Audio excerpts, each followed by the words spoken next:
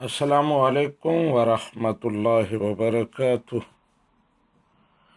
آزاد کشمیر کے شہر کھوئرٹا سے افراز ملک صاحب پوچھتے ہیں کہ تاش کھیلنا اسلام میں اس کا کیا حکم ہے، بغیر شرط اور بغیر جوا کے؟ شرط اور جوا تو ہر صورت میں حرام ہے، تو کہتے ہیں تفریح تباہ کے لیے۔ جی افراز ملک صاحب، تاش کھیلنا اسلام میں ممنوع اور ناجائز ہے۔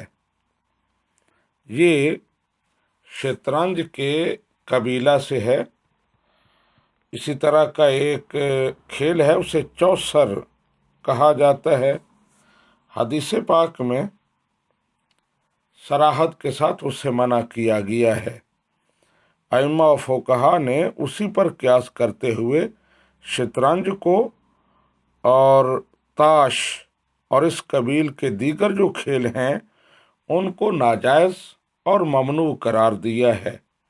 نبی رحمت صلی اللہ علیہ وآلہ وسلم نے ارشاد فرمایا، من لعب بالنرد فقد عصى اللہ ورسولہ، جو نرد کھیلے وہ اللہ اور اس کے رسول کی نافرمانی کرتا ہے۔ اسی طرح ایک اور حدیث پاک ہے، اور یہ احادیث ابو داؤد میں ہے اور دیگر حدیث پاک کی کتابوں میں بھی ہے۔ نبی رحمت صلی اللہ علیہ وآلہ وسلم نے ارشاد فرمایا،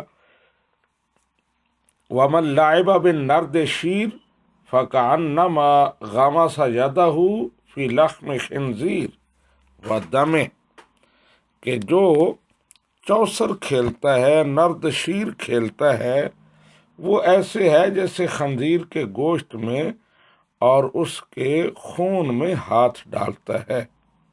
تو یہ بڑی شدید وعیدیں ہیں۔ اور یہ نرد شیر جو ہے یہ بھی وہ ایک گوٹیوں والا کھیل ہوتا ہے، اور اسی پر قیاس کرتے ہوئے شطرنج کو، تاش کو اور اس طرح کی دیگر جو گیمز ہیں ان کو اسلام میں ممنوع قرار دیا گیا ہے۔ آپ نے کہا کہ تفریح تباہ کے لیے کھیلتے ہیں، تو یہ بھی ایک غلط فہمی ہے۔ یہ جتنے کھیل جن کا نام میں نے لیا ہے، یہ تاش کا کھیل ہو، یہ گوٹیوں کے کھیل ہوں، شطرنج ہو، ان سے تفریح تباہ نہیں بلکہ تھکاوٹ پیدا ہوتی ہے، ذہنی تھکاوٹ، ذہنی تھکان پیدا ہوتی ہے، اور بندہ کام اپنے صحیح طریقے سے نہیں کر سکتا۔ پھر یہ ایسی کھیل ہیں کہ جب ان کی عادت پڑ جائے تو بندہ ان میں گھنٹوں، پوری راتیں ان میں لگا دیتا ہے، نہ کوئی ورزش، نہ کوئی فائدہ، ٹائم کا ضیاع، اپنے کام کاج کی خبر نہیں، اور فرائض سے غفلت برتی جا رہی ہے، اور ان کھیلوں میں لگے ہوئے ہیں۔ بعض دفعہ ایک گیم اتنی لمبی ہو جاتی ہے کہ اب جی نماز کا ٹائم ہے تو یہ گیم ختم ہوگی، تو پھر دوسری شروع ہو گئی، اب اٹھتے ہیں، تو اس طرح کی کیفیت پیدا ہو جاتی ہے۔ اور مجھے ذاتی طور پر یہ تجربہ ہے کہ بچپن میں جب تک ان چیزوں کا علم نہیں تھا تو یہ وہ ایک ہوتی ہے، اب تو مجھے اس کا نام بھی نہیں آ رہا، وہ گوٹیاں پھینکتے ہیں، وہ کارڈ پر بنی ہوئی ہوتی ہے، کیا اس کو کہتے ہیں،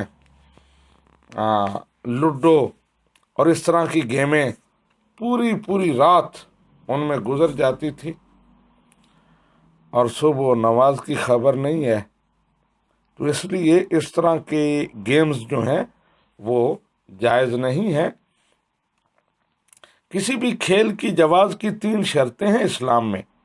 ایک تو یہ ہے کہ وہ تفریح تباہ کا سبب ہو، یا اس سے ورزش مقصود ہو، یا پھر ذہنی تراوٹ ملے۔